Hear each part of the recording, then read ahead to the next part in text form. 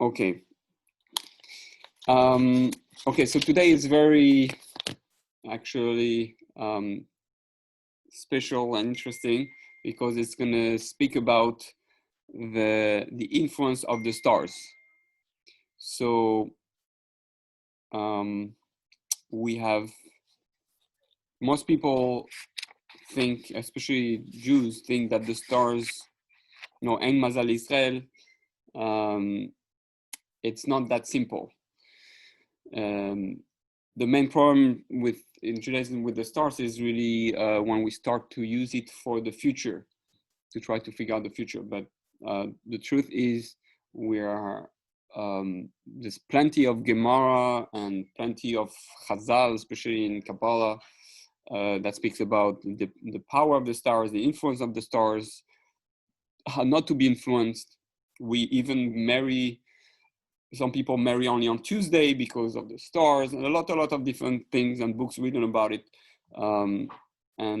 Also many use the stars, meaning the date of birth, in order to figure out what their mission is. This is a normal thing to do. Jews have always done it. And unfortunately, because there was too much avodah zarah done and too much confusion, Jews kind of lost the art to learn about it. But the truth is that we should learn about it. It is a very great wisdom. It says Avraham Avinu was a pro. He was a baki in astrology, astronomy.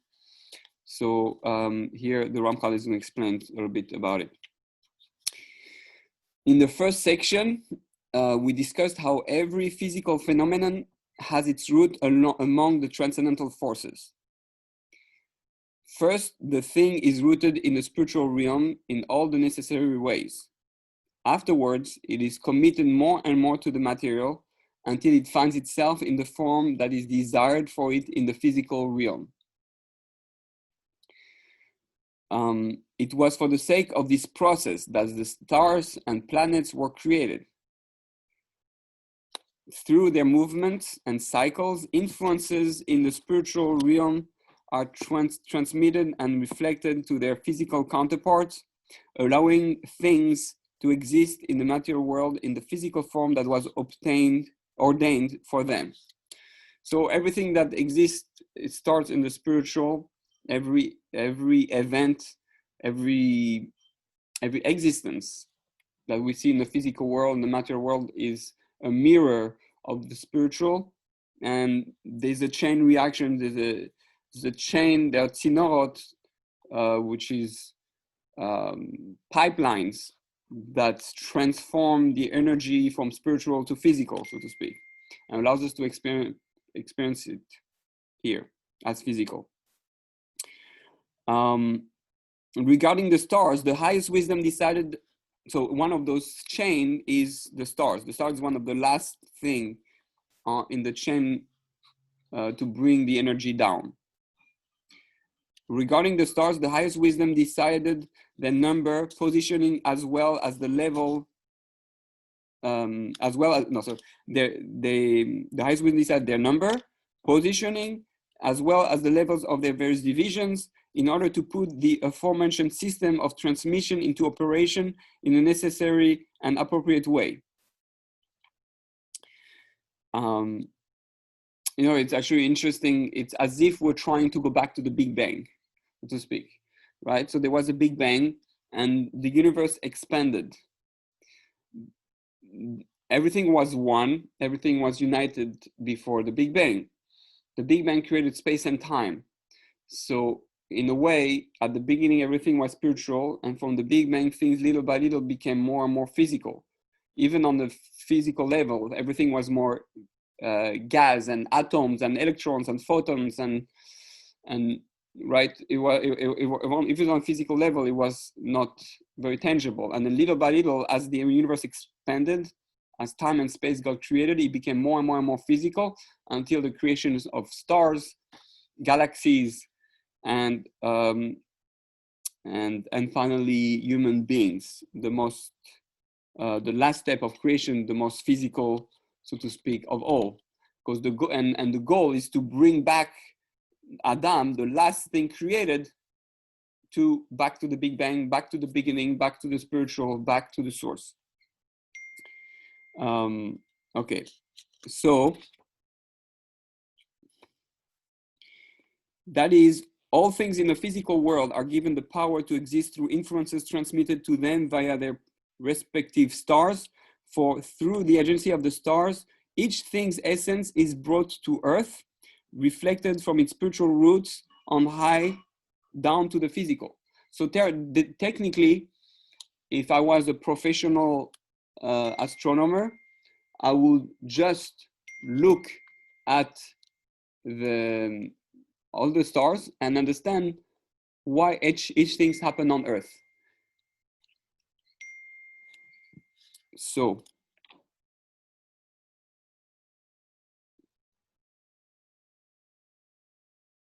okay, there is another function that God assigned to the stars.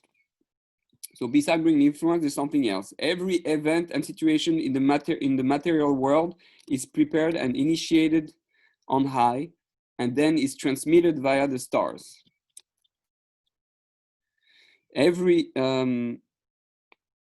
So it's transmitted via the stars, step by step, finally appearing in the desired physical forms below. Okay, so again, for example, life itself, wealth, wisdom, children, and so forth, all originate on high in the realm of the spiritual roots, reflected down through branches, and these roots through the agency of particular stars, so that the different phenomena take form on Earth in their desired states. This is the result of particular divisions and combinations of the stars following their specific cycles. So we kind of have to look at the stars not as just those heavenly bodies that float in space. We have to look at it as energy transmitters, almost like the way I like to look at the stars as sphirot. Actually, each star corresponds to a sphera. So what's a sphera? A sphera is something that receives energy and pass it down to the next star, or right, and the final star, which is of our system, is being Malchut. The last sphera is Earth. Earth is known as Malchut. It's the ultimate last receptacle. Receptacle. I don't know how we say it.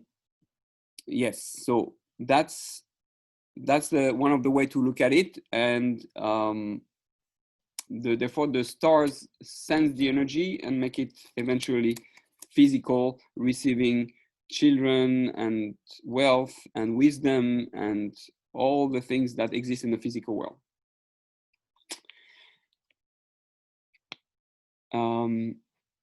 Okay, every event that takes place in the terrestrial world is allocated to a particular star, depending on its specific category. All terrestrial things are bound under their authority. Through their systems, all things happen as a result of the influence emanating from the stellar array through its connection with each individual thing. So for those who have watched The Matrix, the movie The Matrix, it basically, the stars is like part of the matrix. It's meaning is the system is like a computer equation system that controls everything and makes things happen the way it is. And we are in that matrix, and we try to free ourselves from that matrix, and we try to become independent and fight with the influence that try to control us, or that happen because of the teva, derech teva. We, even though we are created b'tselem Elokim, right? We create in the image of Elokim. Elokim is the force of teva, the force of nature, the force of the matrix. We can transcend those forces and become Tselem Hashem, Yud Kei Vav Kei. Meaning we can emulate God on the highest level. We can transcend nature and attach yourself to Yud Kei Vav Kei. So by emulating Hashem on a deeper level, the 13 Midot HaRachamim and all that, we fighting the force of of nature. We're fighting the matrix. We're unplugging from the matrix, so to speak, and we become free. We become the one. We become Neo, right? So that's the idea behind what's happening here. Every human being is also subjugated to this system, and whatever happens to him is a result of this astrological influence. It is also possible, however, that this stellar influence be overridden by a higher power. So again, that's the Yud-Kei Vav-Kei is the higher power that is above Elohim. And that's when we say Hashem Hu Elohim, that really that whole Elohim thing is controlled by Yud-Kei Vav-Kei, the root. Shema Yisrael Hashem Elokeinu, Hashem and Elokeinu, what those two was on the Kavanah to have when we say Shema. This, listen Israel, Hashem and Elokeinu, meaning the name of Yud-Kei Vav-Kei and the name of Elohim, the spiritual powers and the physical powers. Hashem Echad is Yud-Kei Vav-Kei is really one. It's all Yud-Kei Vav-Kei. It's rooted at the high level. So those forces can be overridden, the force of the stars. This is normally true in the case of the Jews, and accordingly, our sages teach us, Ein Mazal Israel, there is no Mazal constellation for Israel. That's what it means. However, it only works if we act like Jews. We act like Yud-Kei Vav-Kei. Okay? We act with Rachamim. We work on our midot and we transcend our teva, which is our nature. If you transcend your nature, you transcend the system, and you're able to transcend the influence and the system of the stars. Right. So the power of God's decrees and influence is stronger than that of the stars. And what results is therefore dependent on this higher influence rather than on the astrological.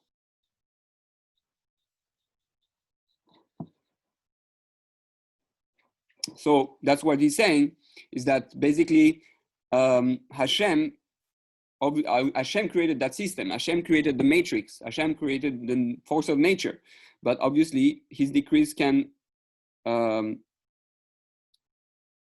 influence and are stronger than that of the stars, obviously, because he's the root of all that.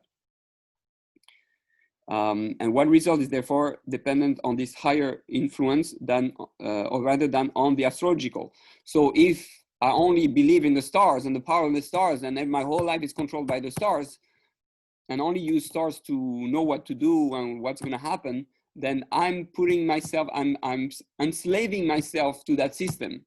I'm enslaving myself to the matrix. I'm enslaving myself to Elohim, which is judgment, there's a structure, and everything works in that structure. That's the Shem Elohim. Din v'cheshbon. Oh, if you're able to transcend that, then you can tap into Yud-Kei Vav-Kei, which is Rachamim.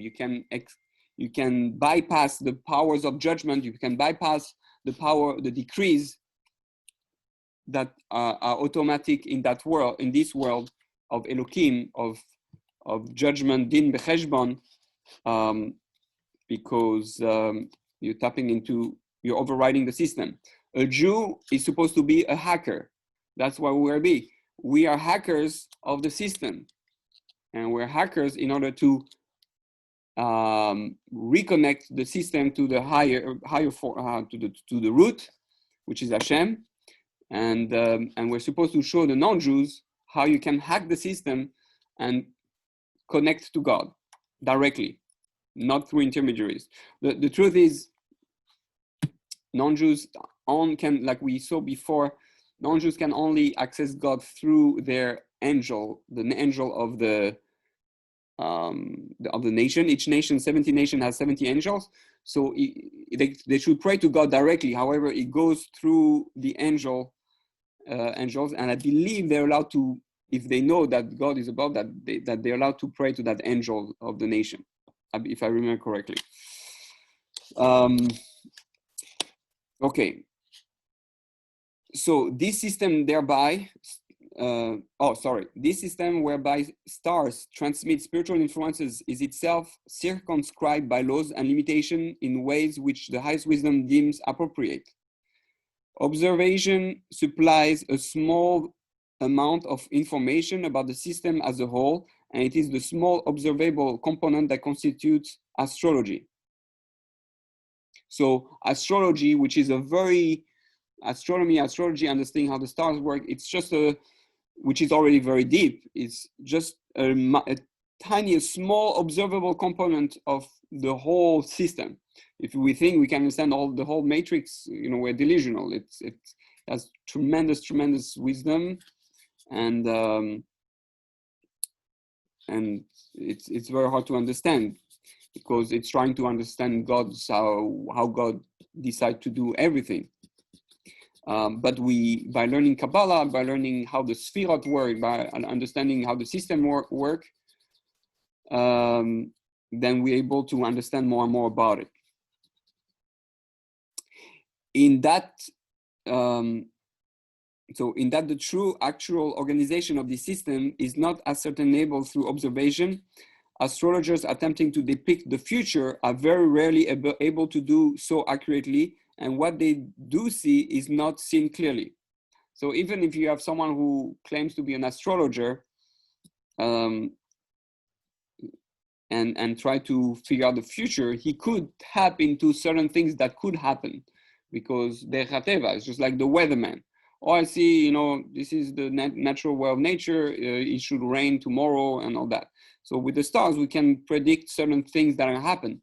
But because the system is divine and as Jews, also we can affect the system in a way that is that our free choice impact and override the system, then we were able to change what's going to happen. Therefore, even if this astrology say this is going to happen, you can override it. So then someone who's trying to predict will at the end be wrong, because it was changed by the free choice of man. The ability to predict is further reduced by the act that sometimes providence intervenes in earthly matters, and this overrides the stellar system entirely, as mentioned previously. So besides the human's free choice, you have also divine providence, Hashgacha Pratit, that can interfere with that system. It's almost like a virus in the matrix, a virus in the system. So that virus, it's not a bad virus, it's or a vaccine, whatever. So something that goes and changes what's happening, because God at the end runs the world and makes sure that things are shifted. One of the deeper explanation about what happened with Noah's ark, with the flood at times of Noah, is that the earth tilted. But so maybe that was not planned in the Teva, but somehow the Hashgacha was that Hashem tilted the earth a little bit, and that made the flood happen, and the north and south pole happen, and the summer, winter, the 4 seasons happen, and everything changed. And that's why they explain that when Moshe is going to come, and actually if you speak to astrologers, they actually speak about it, that the earth is eventually going to change also rotation or angle, then the earth is going to go back to the way it was before, and we're going to have paradise on earth, meaning no more 4 seasons, all year, San Diego, Florida, healthy weather with no storms. So providence intervenes in earthly matters, and this overrides the stellar system entirely, as mentioned previously. This is the meaning of what the prophet said.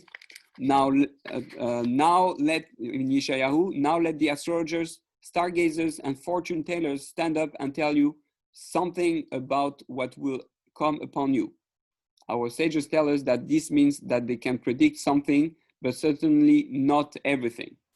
So even the Jew can only know a little bit, and predicting will always be wrong. And we know that with Moshiach and many things, we we're not supposed to set a specific date. Anybody who sets a specific date for Moshiach is cursed.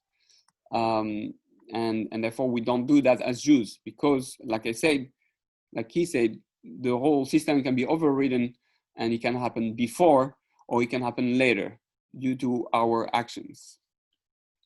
So this is actually the end of this chapter. It doesn't go long, it's pretty short. There's much more on the stars, but I guess for this chapter, that's all. Right now we go to chapter 8, and we start going into details of the providence. So until now it was more, and it's the last part about Hashgacha, and then after it goes into like more spooky stuff, more spiritual stuff, which is exciting, which is about the soul, about prophecy, how to achieve prophecy, how it works. It's very, very deep and cool. So stay tuned. Okay, but we're going to start a little bit about I don't know if we'll have time to finish it, but we'll start the details of providence in more details. Okay, so he says like that. Among the things that we must realize is that the entire procedure, okay, I don't know how to pronounce that word, procedure and system of God's providence involves the fairest possible rule of justice. So whatever happens, it is 100% just. We just, like we spoke last time, we don't have the big picture. We can't understand it. But really everything is just.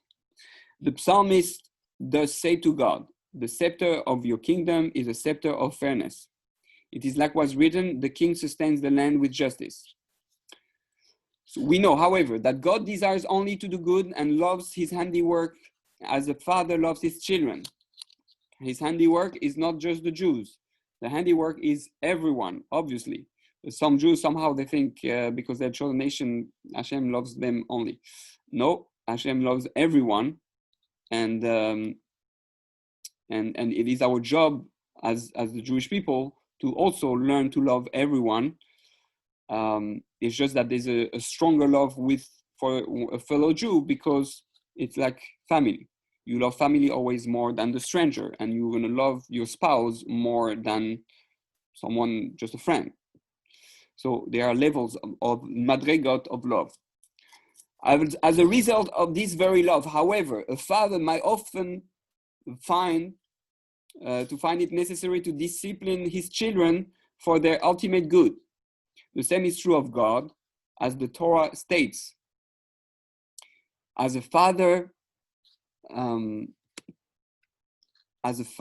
disciplines his child, so God disciplines you. So when we go through something difficult, we have to understand that it's like a father acting towards us, right? And that's what we have to think of. And by the way, the father is the father, not the mother, because father represents chesed, right? Because God is as much a mother than the father. He gave birth to us, so to speak. But is the father, because the father represents chesed. Chesed represents more love and giving. So that's why it's more than the other.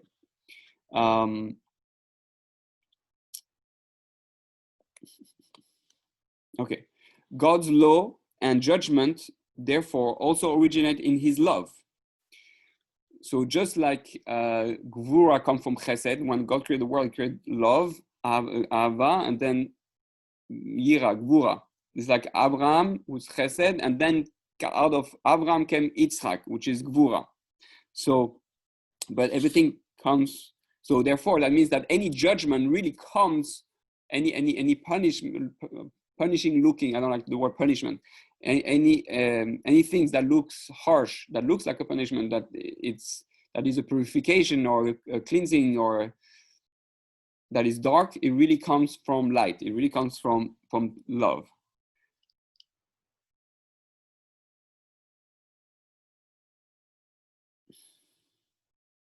His punishment is not hateful revenge, but the discipline of a loving father who only desires good for his children. This principle has two corollaries. And by the way, that's connected to what it says about in Mishlei, Shema beni musar avicha v'torat imecha, right? The musar from the father. The father gives musar, is done out of love.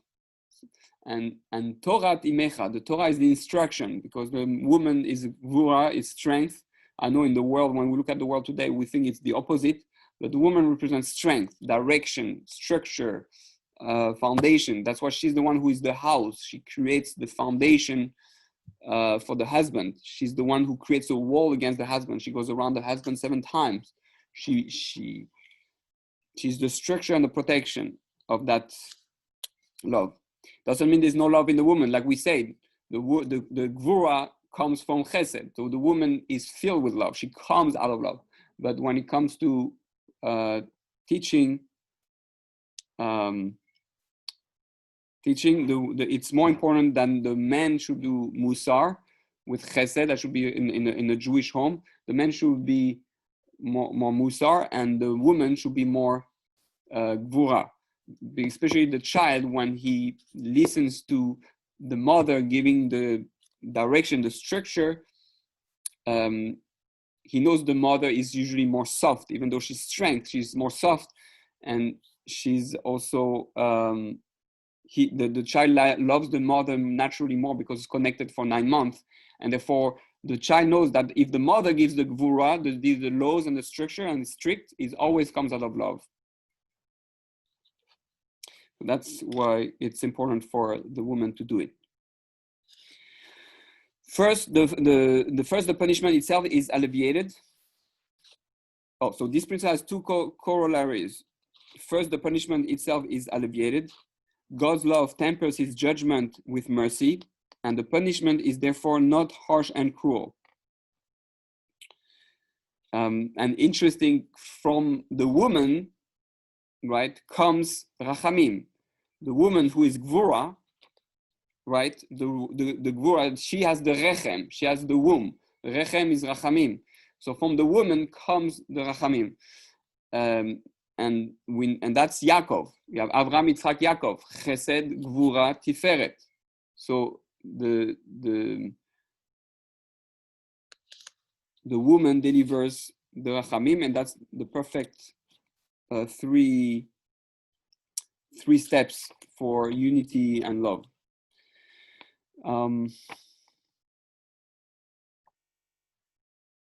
Right. So, and that's number one. Number two, second principle, when necessary, God can sometimes suspend the rule of justice completely and operate with mercy alone. This is the meaning of what he told Moshe: I will have mercy upon whom I will have mercy, and I will show compassion to whom I will show compassion. Okay, so that's God saying that he will override the system and have mercy. Okay, so God will, however, that man should have free will to act as he desires, and that man's deeds should be recompensed on the basis of a fair system of judgment and reward. To the extent that we can express this, we must say that God subjugated his providence to man's actions, subjecting man to good or evil only as his deeds warrant. So, right, so our deeds have that impact of what's going to happen. The truth, however, is that God is not subjugated to any rule whatsoever. So even though God made certain rules, God can override anything at any time, just like with the stars. He has no need for anything else, nor is he affected by anything. When God desires to impose his superiority, he can therefore act and direct things as he wills, with absolutely no hindrance. There is absolutely nothing that he must necessarily do. So therefore, that's the danger of putting too much faith in nature, in the weather, in the stars, in the rabbis, in anything, right? Because God at any time can change the entire system, and something gonna happen that nobody expects. So the fact that God directs the world with strict justice is therefore merely the result of his own self-imposed subjugation to his system. Yes, there's justice in the world, there's system, but that's what God, God said, I'm going to bound myself to that system and respect that system until I judge that I should, I decide, I will, that it should be, that system should be overridden. When this wisdom decrees it best to override this rule of law, on the other hand, he can impose his superiority and sole authority and suspend this rule. It's a bit what we speak about on Rosh Hashanah and Yom Kippur, that we should transfer Hashem's from the Kisei from Din to Achamim to the Kisei HaRachamim. That's actually the prayer. Gemara Brachos say that Hashem is praying constantly that he should override his system, that he should control his din and go be only Berachamim. Obviously, for us to understand the will of God, he doesn't need to pray, but we also, and the fact that God prays like that teaches that we have to pray like that, that constantly we have to bypass our natural nature to be strict, to judge people harshly. That's why we dan nechavschut. We go override our natural din judgment. Oh, he did this, it must be that. No, just override. The more you override the way you judge people, the way you look at the world, and the way you deal with yourself, your teva, your nature, because you are made B'Tselem Elokim again, right? We're made B'Tselem Elokim with a natural nature to be, that everything works in the system. Then we are able to become B'Tselem Hashem, Yud Kei Vav Kei, and connect, override our own system, our own nature, our own teva, become a malach of ourselves, while malach is moach, lev, and kaved, the brain, the heart, and the liver, and we become like Hashem, king of ourselves. So, two types of providence therefore exist. There's a providence of God's justice, but there's also an overriding providence based on his sole authority. God thus directs all creation in these two ways. One involves strict justice, which continually weights and judges every deed, and this is right. So strict justice. There is also an overriding providence, however, through which God sustains all creation through his power and omnipotence, not allowing it to be destroyed by the evil afflictions of mankind. So that's what we just talked about. We're going to do one more paragraph and then we'll stop. Among the things that one must realize is that God's influence is divided into two general categories.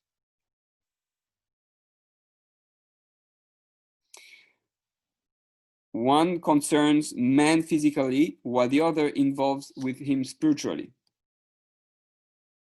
The elements concerning man physically have already been discussed, and these involve his success and prosperity in this world. And that which pertains to him spiritually, on the other hand, involves man's intellect and reason, his man's intellect and reason, his drawing close to God, and his spiritual qualities and advantages. So this we haven't discussed yet.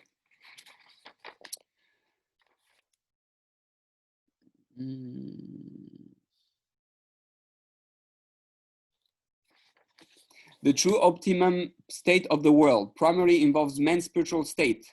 It exists when man grasps the path of wisdom and is engaged in devotion to his creator.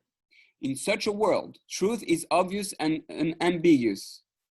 The wicked are persecuted and subjugated, and deception no longer exist. Everything in such a world involves some aspect of devotion to God, and all good qualities are maintained and strengthened, while all evil ones are repelled and rejected. So it's almost describing the state like in Gan Eden, right? As a result of this, security and tranquility prevail, and there is no longer any pain, suffering, or injury. God openly projects his glory on such a world, and he rejoices in his handiwork in a similar manner. His handiwork is happy and rejoices before him. So that's in a world where man is busy with the spiritual, is busy with wisdom, and is engaged in coming close to God. That's what Moshiach is going to bring back, that type of world. The opposite of this optimum world exists when man becomes overwhelmed by the pursuit of physical desires, rejecting wisdom and furthering himself from it. In such a world, little, if any, attention is given to true devotion. That's what's happening. How many of the 7 billion people are really on earth are really busy trying to grow, connect to God, work on themselves, and learn more about life and truth. Most people are in the matrix and are stuck in the matrix and in the system, and just think it's a random system. I shouldn't say most people, but a good amount of people.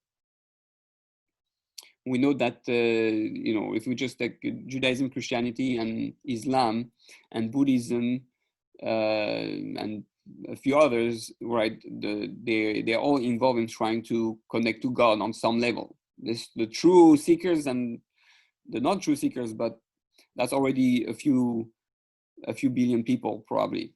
But it's definitely not the majority. I believe. Hopefully I'm wrong.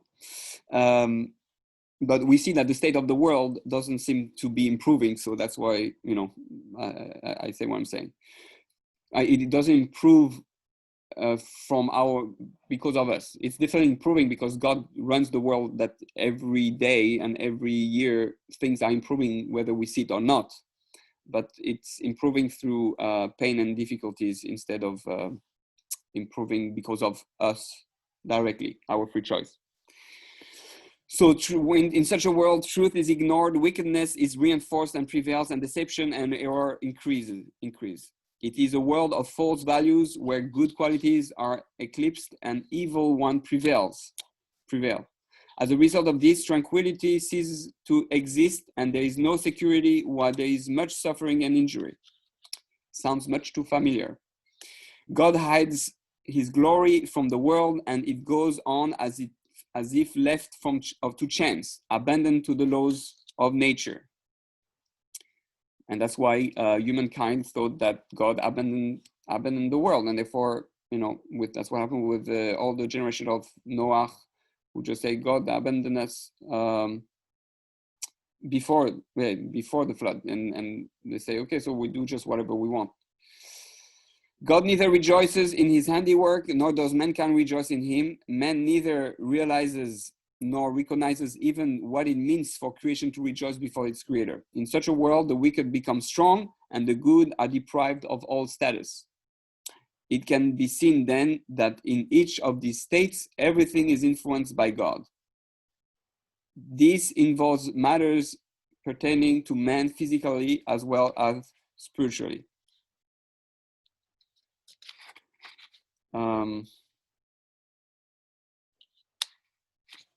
Okay, that's the end of the chapter. I think we're gonna stop here, and God willing, continue next week. Any questions on what we discussed? I guess no. So I guess it was crystal clear. Baruch Hashem. So Bezat Hashem will continue next week, and to discover more about how our universe functions, and get closer and closer to Hashem. Bezat Hashem. Thank you so much. Pleasure. Thank you. Good night. Good night.